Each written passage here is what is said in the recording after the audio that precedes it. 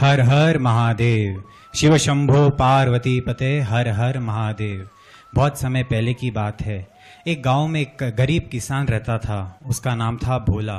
वह भगवान सदाशिव का परम उपासक था और नित्य निरंतर भगवान भोलेनाथ की पूजा करता था।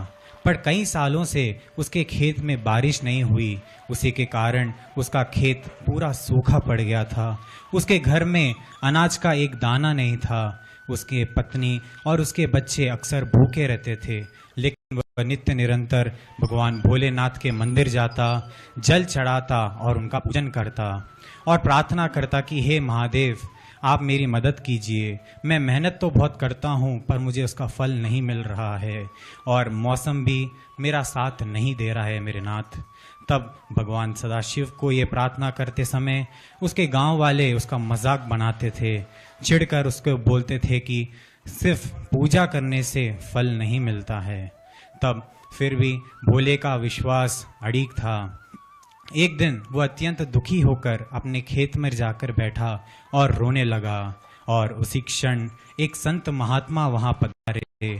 उन्होंने उनसे कहा कि देखिए, अगर भगवान सदाशिव को मंदिर में पूजना अच्छी बात है, लेकिन तुम ये खेत को ही मंदिर मानकर इसमें ही भगवान भोलेनाथ का स्मरण करते हुए पूजा की भांति मेहनत करते हो तो भगवान अवश्य ही तुम पर प्रसन्न होंगे।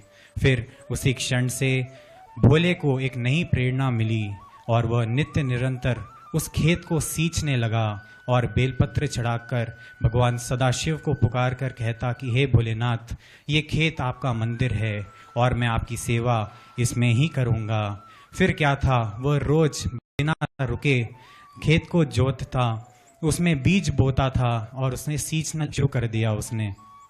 फिर समय बीतता गया और आकाश में घेर बादल आ गए और बारिश होने लगी।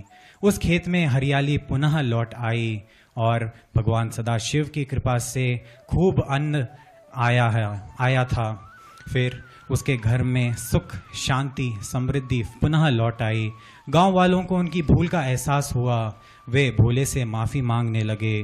तब भोला कहता है कि भगवान सदाशिव मंदिर में नहीं, हमारे काम, हमारे मेहनत और हमारे पूर्ण समर्पण पे बसते हैं।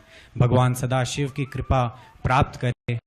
इस प्रसंग से हमें ये सीखने को मिलता है कि भगवान सदाशिव की कृपा शीघ्र से प्रसन्न होते हैं भगवान भोलेनाथ। हमें इस पावन सावन मास में भगवान सदाशिव का रुद्राभिषेक अवश्य करना चाहिए।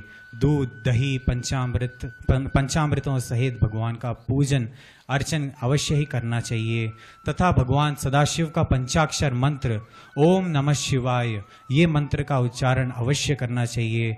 भगवान शिव की लीलाओं का गान, स्मरण, कीर्तन करते हुए भगवान भोलेनाथ को रिझाएं और आइए हम आप सब मिलकर भगवान सदाशिव का ये रुद्राक्ष से निर्मित शिवलिंग का अभिषेक करें और पंचाक्षर मंत्र का उच्चारण करते हुए रुद्राभिषेक प्रारंभ करें। अब मैं पूज्य पिताजी से यह निवेदन करता हूँ कि वे भक्त जनों को संबोधित करें।